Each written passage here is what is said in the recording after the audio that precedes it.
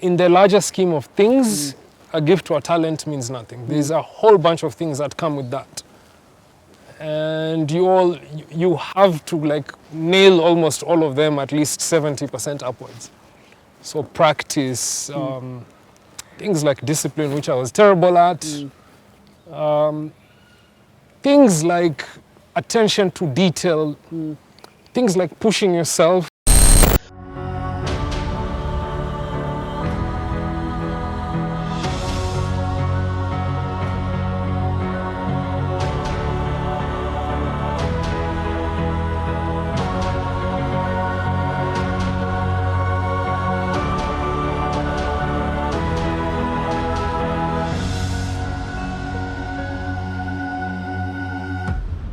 Simplicity actually started with awards, because the judges, the aspects of what they considered to be an award-winning ad was something that was concise and as clear as possible. So the less logos, the less clutter, the better.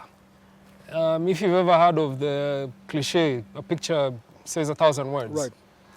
So if you can manage to somehow combine your product benefit with the feeling that you want to evoke, that will win you something. Like a rough example is, let's say a commercial, again for a running shoe, and you have this guy wearing the running shoe on the starter blocks with a cheetah. That's it. All you need is the logo of the running shoe. That's it. And that is what used to win. So now over time, because products started getting a lot more competitors, people barely had time to start skimming through things. How many things are you gonna skim through before you decide to buy a specific product or brand? Right. I'd simply go for something that's visually arresting, because if I find it attractive to the eyes, I'm gonna buy it. Right. So it forced the communication experts to start rethinking the models of how the communication should look and sound. Like those days, the ads used to look like a newspaper, literally. It's, you have a headline, and then you have these sub-headlines, and you have these indents and blocks of copy. And if you look at ads now, I mean, really, they're pretty simply good or still simply terrible, but at least a lot of stuff has been cut down. Yeah. And we see also the concentration span of a lot of people actually around the multiple adverts out there is also getting very short. Yes, because we're in an age of instant gratification now. I mean, everything is on a cell phone, you know, so really I can go to a place and look, I want to buy second-hand laptops. There'll probably be ads there. I'll click on the one that looks the most professional, and everything is there immediately. So people really don't have time for prolonged sales and all of that. It kind of took away the entertainment aspect of it. It's still there, but now it's pretty minuscule, because the attention span in this age is pretty minimal, because you're probably getting bombarded with over 3,000 messages in a day. I mean, between the car you're sitting in, here, listening to radio ads and name drops or whatever, radio mentions, and then your phone, you'll get notifications, the apps that you'll use, you're getting bombarded all the time. So it would make sense that things get simpler and to the point. And it's only going to get worse ahead. Well, it will probably, worse, because there are so many new innovations and products coming up. And of course, there's going to be more messages. So which will make advertising and communication not a bit, like terribly challenging, because now it's become a bit more intrusive. Where it's like, I'm not willingly going to start look at ads and then do the QR code thing. They'll start getting into your inbox, into your WhatsApp and all of that. It's why there's data analytics or illegal data mining, and then they'll use that, you know. They're already there. It's not they're like they're already doing there. that stuff. I mean, it's You open your mailbox and it's just full of this stuff. Spam or it's not spam. Absolutely. Maybe it's okay. No matter what, even if you have an option of opting out, you'll still be bombarded by those. So. Big organizations have got the benefit of Arnold's. But again, if you look at our economy, we want to then support a lot of the SME space and the micro space. What would you say to them in terms of then how they communicate? Because I guess they're also seeking for the same attention. They also want to grow. They want to communicate. They want to do all of that stuff. What would your advice to them be when it comes to that space? Same thing, man. Follow your gut feel and just be straight to the point. Be straight to the point. You figure out why people should come to your business, to actually acquire your service. Get to the point, make it amusing or make it interesting enough for somebody to want to walk into it because of something that you put out there, an ad or something. But yeah, you cannot throw too much information at people and expect them to come to you. People don't like working too hard in their heads, that is. Yeah. And of course, cheap is expensive. So even if you want to do really nice work and all of that, I'm not saying big budgets are everything. Yep. If it takes a specific amount to make something work, stick to it. But don't cut corners. It's how it happens, you know. It's how disasters start. Yeah. Yeah. Oh, I think this space is becoming more complex by the day. It is. The ecosystem right now is, and especially for us, because obviously we started getting into this digital wave a bit too late. I mean, we're barely analog a bunch of decades back, so everybody's rushing into it. And it's quite absurd to see how, and interesting how people are trying to adapt. Like, for instance, in these COVID times, how the ecosystem has changed so drastically that people who are not used to the digital space, the digital areas, adapt to it. You know, the film industry or, you know, things like movie theaters, how are they going to deal with that? You know, things like boutiques, supermarkets and stuff. And it's an interesting evolution. And the fact that we're learning, I think it's pretty good, because then in our own ways we can come up with with innovations, or an innovation that has never been seen before, which is unlike what's already out there. You know, so I see a lot of guys running these webinars. Come and let's teach you how to catch the attention of guys in a digital age and all of that stuff. I'm not knocking that. I'm not knocking that, but again, how many do you get in your inbox in a day? Especially if you're on LinkedIn. Yeah, a lot of them.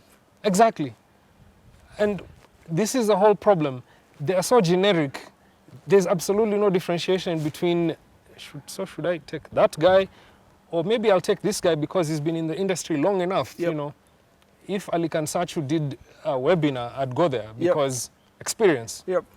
So yeah, there's that. That means if you're inexperienced, you have to find a way for people to notice you. I don't know, you go crazy, embaramba style, whatever. I have no idea, but you find something that will make me pay attention and go, okay, I want to go listen to this guy because he seems to know what he's saying. Or I want to hear how he'll say it because he just seems entertaining, even though it's the same message like everyone else. Right. And you see, the two audiences I'm actually more interested in there is, for me, who is seeking then the service of who guides me through it. What should I consider from all these many things that I see?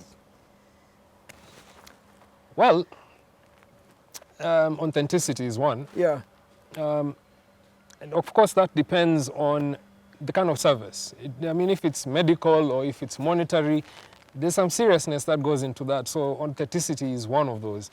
If it's something to do with entertainment or whatever, it will probably be either humor or something that will pique my interest. Like, oh, I've never heard of this fact before, you know, or something like that. And that will draw me to those people. You have to, like I said, you have to find ways of packaging that information where I will want to go to that particular person. You know, so what do you think people want to hear? One of them is research. Research is absolutely key. And once you get that research, you'll know how to write what kind of brief, the right brief, and then the right brief will guide you to the right answers. It's quite a process. It's quite a process. And you know why some of these conversations are important is because I guess a lot of us know we need help to help us package communication and all of that stuff. We see so many options. We are not sure which options to work with. We are not even sure what should guide even the process of even picking who it is that I get to pick. And in the process, then you might even find the little I had, I've already invested in the wrong direction and I've not even gotten the return that I was hoping to get out of it. You see, the whole the comms process is not just creating kick-ass communication. It's where to place it, where to put it. It's where media buying comes in. You can have the greatest campaign in the world, but if you run it, for instance, let's say you and I start a restaurant and we want these guys to eat there. But majority of the billboard sites are either overrun with trees or garbage, or it's just a shifty part of town. If I put that communication there, that environment is a reflection of that communication, or vice versa. So you have to figure out, how do I get to this person? It's how media evolved to why it's become really, really intrusive. But it can be intrusive in surprising ways. So I'll find a way to do it. Is it, I don't know, will I get a really cool menu that I'll stick on windscreens of the car, or like a free burger if you actually come with these two? That's an example of taking media buying and using it to get people to pick you. So obviously that is still in use still now, but from a digital perspective, that's what makes it harder. How can I come up with some media buying that's absolutely interesting? You know.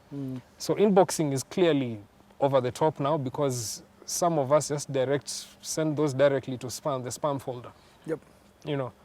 So is it like, do I find the relevant person to talk to me and convince me? You know, it's where influencers come in. So the things are already there. It's just that they're getting overrun so quickly. The moment somebody discovers this is the best way to talk to somebody and get a million other people will run in, and that becomes flooded all the way. Quickly flooded. Absolutely. So the whole answer is to be innovative 24/7. So you've got to be on the goal through and through. Always. It expires too quickly. Way too quickly. Way too quickly. Yes. In the psychology of consumption, what are the things in your years of running this that you found important to always never forget? Well, the one thing that I'd never forget is, for one, if you stick to advertising to people and communicating to them during hard times, you'll probably have a huge following. Because then when things get back to normal, people will be like, you stuck with us. Yep. You know, there's been They cases. remember you for it. They'll remember you for Right. it. You know, it's not like, oh man, things have gotten tough during COVID, so we just stop bothering advertising our product or doing a promo or whatever. Yep. Because guys will be like, oh, you are clearly waiting for our cash, and that's all you want. Right. I know it's a delusion of sorts where we'd assume like these big corporates care. Maybe they do actually, but to maintain that, keep in touch with the people. Right. It's not just, because it makes sense that you need your consumer to be alive. Yep. So their welfare has to be checked on. Yep. It makes more sense to sell things to a live person than dead. Absolutely. So people would appreciate such things. So still keep in touch with your consumers. Check on how they are doing. Check on how they are doing. Yeah. Send out messages on condolences during mass disasters. Right. Say hi to them, or Merry Christmas or Eid Mubarak. Remind them to wash hands in the days of Remind COVID. them, exactly. Yep. You know, it just shows like, hey, we care. So Yep. such things. And the thing about that, I think it also ties emotionally to your clients. It does. It does. It's, again, like I said,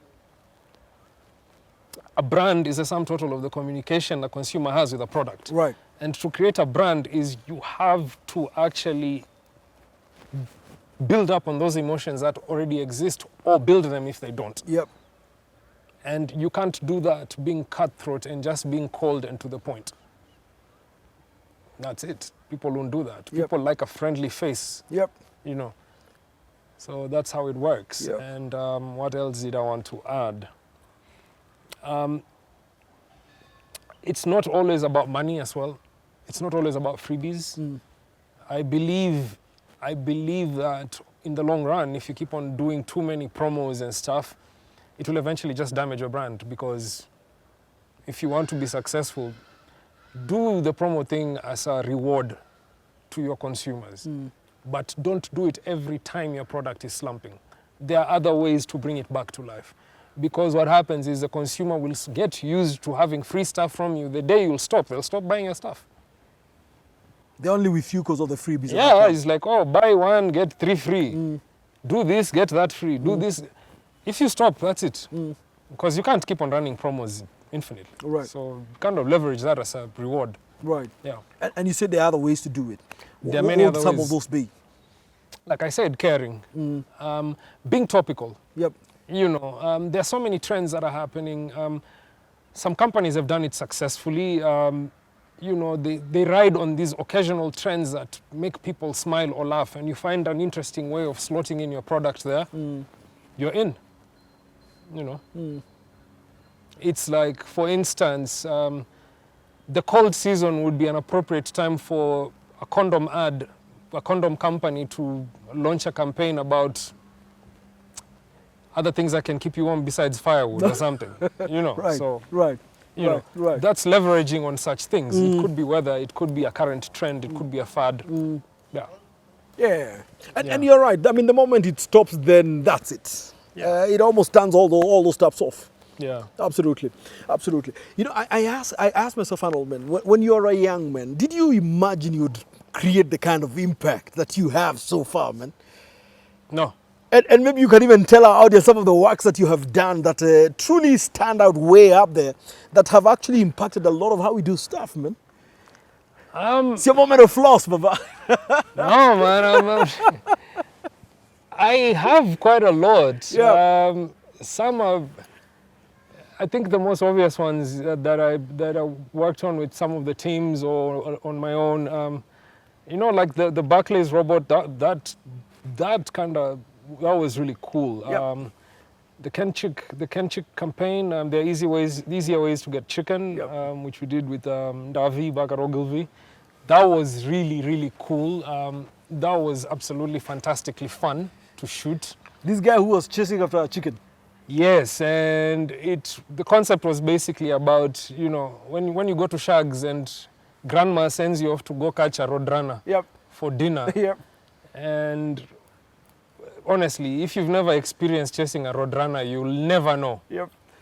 And so that was the idea, and we took that and we exaggerated it. So Yep. it's this guy getting run over by cars, or he dresses up as a bush, Yep. or he jumps over a fence, and then the neighbor's dogs attack him Yep. and stuff. Yep. That was pretty cool. There was, of course, the Two Rivers campaign. That was pretty dope. The equity campaign was pretty dope because it was polarizing, but we got the attention that we wanted it to get. Because Which equity campaign? basically, the new look, which is the logo, we basically abridged the existing logo into just the roof and a chimney. Yep. So we thought it looked remarkably like an eyebrow, like a raised eyebrow, and Right. which is what happens when you look at something and you raise your eyebrow. So it was just take a new look at Kenya's paperless banking, take a new look, take a new look, and it was all about the product benefits, but it was the target audience art directed beautifully with that eyebrow thing. I thought that was pretty ahead of its time. Yep. God, there are tons of them. There's the ever-ready batteries. Again, that was old Ogilvy work. There was some stuff we did for the task burning, Yep. where we turned an elephant tusk into a matchstick because Kenya was burning all the stockpiles. That was an emotional moment for me and an emotional campaign because I love elephants. Yep. They're my spirit animal. Right. There are tons of them. Yep. There's a lot of stuff that I've worked on that I've had people walk up to me going, yo, it's because of this. Yeah, there's something I did for Choices that got me a Grand Prix, though people considered it offensive, but I mean, humor is humor. Sometimes humor doesn't fly very well across the board. Right. But yeah, in these ads or campaigns or posters, people would come up to me and go, yo, you were the reason why I got into design or advertising. And I'm like, really? Why? Oh, there's this thing that you did. I'm like, I don't even remember. Yeah, you did. I was like, oh, yes, I remember that. That was years ago. So, yeah. It inspired guys to become. So that's a pretty cool part of my job, Right. which I'll hold that to my heart till I die. Yeah. Yeah. I mean, sometimes, and I wonder what that moment is like when a guy just walks to you and says, man, it's cause of you, Arnold, that this and that and the other. It's an amazing feeling, I must say. I'm not beating my chest, but it does make me sleep well, knowing that, look, it might not be the best profession for some people because the nights are long and heavy, and when you chew creative block hard, but it's no more frustrating than any other job because the rewards, if you get it done right, are really good. So knowing that it at least got somebody to challenge themselves to what I did and to try and get into the field because of that, that makes me happy. Right, Yeah. right. Is it true, by the way, that creatives work very well at night? Not really. It's really. again, that's just generalization. Yeah. There are all sorts of different creatives. Some work best at night because they don't like interruptions. So during the day, it's mostly administrational stuff like looking up the relevant kind of treatments or visuals or coming up with ways to execute the idea. And then at night, when you have no interruptions, you can sit there and craft your thing. Some people are very, what's the word? Logically progressive, where they do a couple of hours stop, do a couple of hours stop. It depends. It depends on the kind of person you are. Because there are morning people, there are evening people. They're all over the place. There are bingers, the people who don't work, and then one day the ideas and everything hits them and they'll do it in 3 nights straight without sleeping or eating or whatever. Yep. So creatives are strange. Right, right. I mean, we're just normal humans, we're weird. You guys consider yourself weird? Sometimes we say or do things you're like, yeah, because we tend to gravitate towards each other. We're drawn towards each other,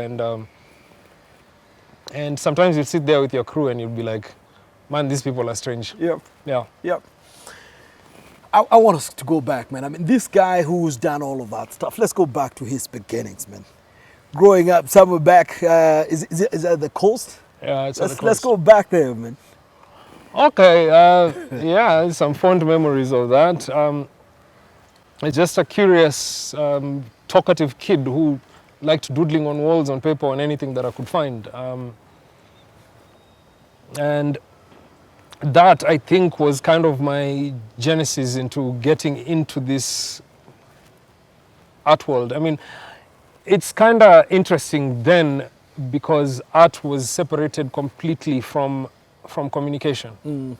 You know, communication was considered to be something really factual and technical, and it serves a means to an end. Unlike now, where communication is pretty artistic, and so yeah, the art thing, I had no idea where it was going, but in my head I was like, I wanted to be a comic book artist, which from a poetic perspective, poetic justice perspective, when I did eventually end up in advertising, I literally used to do things that were similar to comic books, which is what you call storyboards. When scripts are written, and in order to visualize it, you don't like reenact the script. You literally draw the script frame by frame, frame by frame. So in a way, whatever I was doing when I was younger maybe was preparing me for that. And then that, learning how to draw like that, learning how to visualize these scripts and stuff made me interested in how do you come up with such ideas. So I learned how to conceptualize, the steps that you take to conceptualize good ideas, and then consequently how to execute, which is to make those ideas look good. And was that self-taught, or you went through some training for this? my art part was self-taught. Okay. But now, by the time I got into advertising, I was lucky.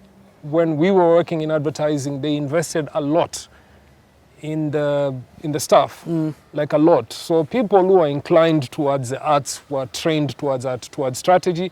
And at some point, we were just trained in everything. Strategic writing, strategic thinking, writing creative briefs, how to interpret and interpolate research, and things like that. But yeah, I was just some kid from a small town, or is it city, that was brought to Nairobi to stay out of trouble. And I was thrown into this place as a, you know, like, till you figure out what you want to do, you'll be there. And yeah, and because of that, I mean, I was thrown into some media department, and which I am glad, because as far as I'm concerned, media is inseparable with creative. And the guy who was leading the media department, famous guy in his own right, he's called Lenny Nganga. And the creative director was looking for visualizers. And in my spare time, I used to doodle around, and Lenny must have told the guy, like, if you don't have any spare artists, there's a guy in my office here who we're trying to teach how to do media planning and do bookings and stuff like that. He draws pretty well and he looks bored out of his head. So And you're pretty new in the organization at the time. yeah, I was pretty new, man, like under 6 months maybe. And so I was dragged to the creative side and I was like, oh wow, 1 second you are wearing like ties and things, and then the next second you can wear jeans and track pants or something. I was like, well, this is where I want to be now. And I'm playing with pictures, and you go to locations and see cameras and meet your heroes, the directors that you like or photographers. What more could a young guy ask for? So Lenny just pointed at you and said, that guy can draw. Yes, that was it. Check him out. That was it. And that became a transformational moment for you. Yeah, that was it. That's what it took. That's all that it took. And again, my inherent curiosity, because I wasn't just satisfied to sit there and draw things. I was like, I want to learn. How do you come up with kick-ass ideas? How do you command people's attention? How do you change people's perception? So, you know, you start reading up a lot besides the trainings that you get. They took us to these master classes in SA, in the UK. That was no stopping from there, man. And I'm still a curious man-child till now. Wow. You know, I think part of what I find interesting, they threw you out of course to keep you out of trouble. Yes. You land in an office and a guy sees your art. Yes. From there, things begin to spiral. Yes. And here we are. Yeah, man, it's an accidental kind of career path, so to speak. It's not one of those straight to the point, like, yes, I know I want to be an advertising man. I think it's good that you can now find advertising schools and things like that, because they don't really teach it. Yep. But considering that most of us got into it accidentally or vocationally, and then you pick up things along the way, I would never replace that with anything. Never. I mean, it's amazing to imagine it was accidental. It was. An accident around your talent, though, because at least you're passionate about this. Yeah. And gifted at the same time. Yeah, I mean, I always tell people, everybody is capable of what the next person is capable of doing. It just depends on how bad you want it or how interested you are. That's it. If you want to learn it, you'll do it. So I always take the gifted thing with a pinch of salt. Right. Because a lot of it is just your exposure. What you've read, where you've traveled, how you interact with people. That is really what determines how good you will be at what you want to be. No, we need to speak that a bit more, Chief. Because a lot of times, I mean, gifts and talents may be good opening balances, but probably not all that you need to excel in what it is that you're doing. Yes, it's nothing. In the larger scheme of things, a gift or a talent means nothing. There's a whole bunch of things that come with that. And you have to like nail almost all of them at least 70% upwards. So practice, things like discipline, which I was terrible at. Things like attention to detail. Things like pushing yourself where you don't rest on your laurels and like, well, because I did such good work those days, why should I bother? And then you bask in that glory. You can't ride away forever. You have to outdo yourself. Right. Not compete with other people. I think it's nonsensical to compete with other people. Because their target, where they see themselves to be, is totally different from where you are. Right. You know, so you can't look at other people's work and go, I can be better than that, or go like, I don't know, I wish I was that good. No, it's not about that. Right. It's about you wanting to be a better version of yourself. That's Right. it. It's like, if I achieved this last year, what am I going to do next year? That's going to be the next biggest campaign. Right. Which is what makes it more challenging. So it gets progressively harder and harder, because the better you become, the harder it is to beat yourself. But as we almost bring it to a close, you have been through a process, and particularly for a lot of the guys who are looking at this saying, I would want to be Arnold, and I would want to do the kind of stuff Arnold does, either in this particular communication field or any other. You must have gone through a whole lot of a process, probably even from where you started working to where you're at now, that probably has invested in you, taught you different things, made you better at different things, and maybe you just want to speak into the process of becoming who then you've become. In terms of where I worked before? Yeah, maybe, I mean, maybe there are some of those places you've been, they taught you different things. Yeah, I guess. Every place that I've worked, I picked up something. Yeah. I always say that any experience is a good one. It doesn't matter how bad you think it is, but any place you've ever worked at, there's a good and the bad. Right. My first place, like I said, was Ogilvy. Ogilvy was really heavily into training. It was very family oriented, like we are family. It was pretty close knit,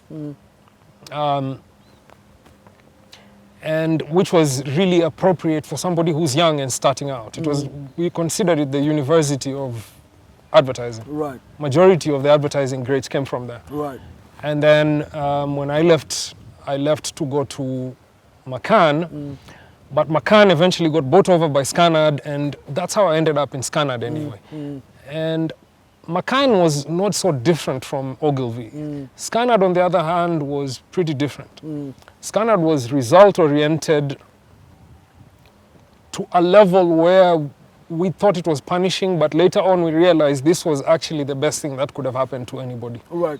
But you didn't think it that way when you're going through it. No, when you're going through it, it's like, my God, this is... But the things that we learned there, the kind of work we did was totally amazing. Right.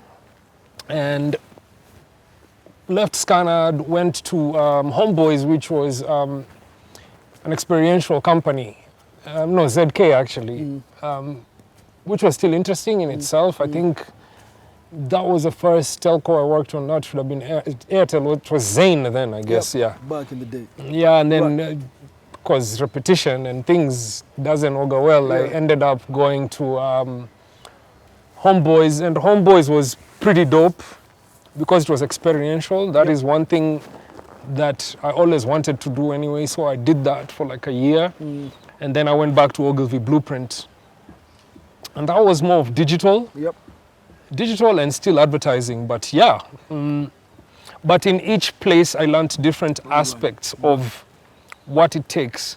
And what I realize is what it takes is at every joint you've been at, you take what is useful and add it to your repertoire. Right. So in short, you are building a bigger and better armor. Right. That you wear in preparedness to battle the work and the briefs that you get. Right. So all of these different parts, you'll pick up and go with them. Yep. Yeah. Even when at Scanad it felt like it's too much pressure, you look back and you're like, Yeah. it was great to have been there. Yeah. Right. Yeah. Great stuff. Mbele inakaa namna gani in this world of yours, man?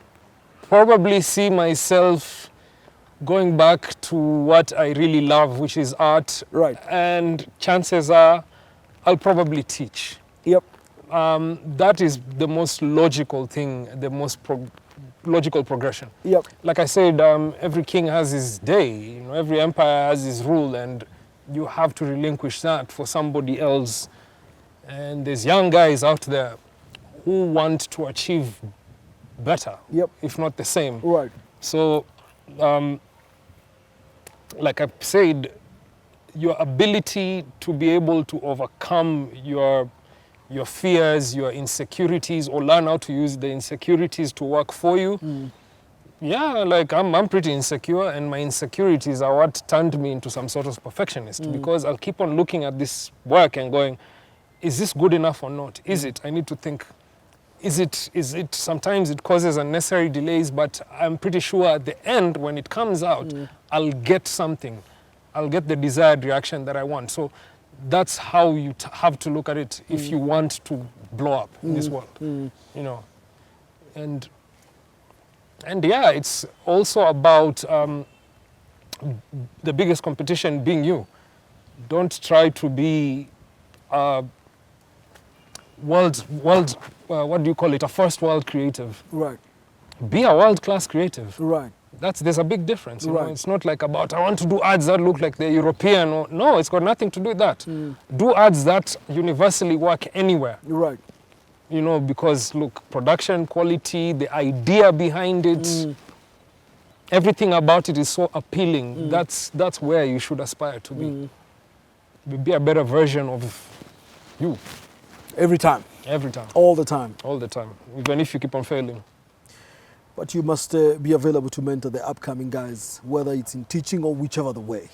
Eventually, yes, that's what I'm planning on. Of course, now it's gone a bit wonky because, hey, COVID, you know. But then again, like I said, within every overturned kind of system, there's always a new niche that opens. And look, that opened up for online classes and stuff like that. So maybe that's what I'll do when I eventually retire.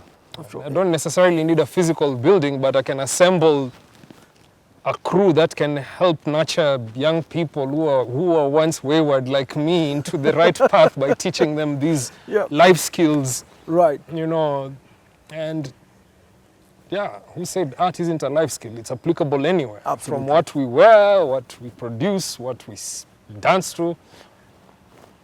Yeah. There must be some parents watching this. And probably every time they look at their sons and they look at their daughters, they're like, I see the art in them. I'm not sure how to guide them ahead. There are some interns somewhere hoping them to make their journey. And I just want you to speak to that constituency and really guide them. What does a parent do and how do they help to nurture this? How does that in turn find their way? Well, okay, most parents, I don't know, like mine, especially my mother, she was really encouraging to me for me to becoming an artist because, look, she comes from a family of artists anyway. So it wasn't a big deal. But for the most part, it runs in the family. Yeah, for the most part, most parents it's polarized. It's a 50-50 thing. The issue comes in with the educational systems, the schools. I remember being younger and I had this massive sketchbook comprised of exercise books stuck together. And it had all my best renditions of Paul Kalemba, Mado. I loved Mado. Right. It had Andy Cap, it had Superman, Spider-Man, doodles, humor, nothing offensive. And I got penalized for that, for having that. No. I'm not kidding you. Penalized by who? By, I think it was, if I remember correctly, it was a history teacher. No, either history, I was in primary school. Yep. That wasn't history, that was GHC then. Right. And I got in trouble for that, and for the life of me, I was like, what is wrong with that? Yeah. I couldn't get it. And that kind of took me low for a bit because, and I often hear that story so many times. A kid is caught doodling, it means there's a problem, they have ADHD or they're not paying attention. Right. It's not that. Maybe you're not teaching me right, that I'm not paying attention. Right. But anyway, the thing that will get demonized in there is the doodling process and all of that. Right. So if you're a parent, if you're a teacher, Yep. Encourage the person. You never know, there might be the next Da Vinci, the next Paul Kalemba, the next Mado, you know. There'll be the next greatest thing in art or communication ever seen. Arnold as well. Yes. Yeah, and as you, if you're a young guy and you totally believe this is what you want to do, which is communication, go for it. It's not as difficult as you think. It's not. You just get the due diligence in and trust me, you'll be rocking it. Takes a while, but it's not difficult. Right. Yeah. Right. Offset, we talked about then finding that thing, even within the wider communication space, finding a thing and just excelling in it, not being all over the place as well. Yeah, that is also really, really important. Yeah. And that came from a time where every role was very specialized. Right now, if you look at any job where people need graphic designers or whatever, you'll find that they add so many things in it. Like I don't know, some ridiculous aspects of it, like motion graphics or whatever. It's not about that. Graphic design is a totally different discipline. Art direction is different. Writing is a different thing. You know, long format writers, short format writers. Production is a totally different thing from those days from what production is now. In short, it's supposed to be like cogs in a machine. And all of these cogs are supposed to interact well-oiled and working together. Right. So the only way for that to happen was you were encouraged, based on what your emerging skill set was, to be really good at that, because then that will make you invaluable to the team. Of course now, because lower budgets and stuff, people will try and combine roles. Right. Where you'll be the resident animator, but at the same time you'll be the art director, at the same time you'll be the graphics guy doing logos and idents and stuff. Chances are you can pull it off, but we all know what happens when you spread yourself too thin. It amounts to jack, to nothing. So you find the one thing that you're really good at and just, it's called a home run, you hit that ball out of the park. Yep. That one, I mean, people will never forget you. Right. If you approach life that way. No Right. one will ever forget you. Right. Yeah. Right. And I suspect that applies in many aspects about life. Really, it's any aspect about Yeah. life. It's a general look. It's a general thing. Yep. If it's, for me, I was like, well, okay, I really love art, but there's an aspect of art that I got into, which is art direction, which is more of a commercial sense of art. I fell in love with that. And I was like, look, this is actually going to get me a living. Why don't I focus on art direction? Right. Because art direction kind of bridges the gap between not just being an ideation person, but being a part of executing it. And that's what I focused on. And it gave me a knack of being able to figure out things, look at things in specific ways, and I can't explain it. I'm just glad that I decided to focus, Yep. because it made me into who I am. Yep. Yeah. Fantastic, man. Thank you. Good stuff. Domo arigato. Chief, man, I mean, Arnold, I must just appreciate the fact that then you continue to herald new spaces. And today's show was just to celebrate some of those guys we never get to interact with, but whose content is out there and we get to enjoy it, and we get to just, it leaves imprints in us and it opens new frontiers. And I think, allow me on behalf of very many people who've interacted with a lot of work without knowing you're behind it, just to say, man, boss, full salute to you, man. Salute you right back, everybody. And keep it going, Baba. I will do. And thank you for being the inspiration that you are to very many guys out there, man. Thank you for having me here. Absolutely, our pleasure, man. All right. Kabisa, man. And unfortunately, folks, that's about all the time that we had today. I've had matters about being curious. I've had matters about being a better version of self than you were before. I've had questions about not a competition with everybody else, but just asking yourself, how can I be better today than I was yesterday? And just researching and immersing yourself. I also heard Arnold telling us that talents are good, but that's just for the beginning. For the most part, man, you've got to put in the process. You talked about discipline as well. You talked about practice and all of that stuff. And it's a combination of all those things that makes you the goldmine that you truly are. And from all of us at the Goldmine, we want to keep reminding you that extract all of these lessons, put them to practice, and who knows, my friend, you become the greatness that you truly are meant to be. Because for us at the Goldmine, we see you as a goldmine, and some of the important tenets is exactly what we shared today. Want to remind you to follow us on the Goldmine Show on YouTube, on Facebook, as well as on Instagram, and let's keep building a great community of people that believe in our collective greatness. Until next time, God bless you, see you, and keep becoming the goldmine that you truly are.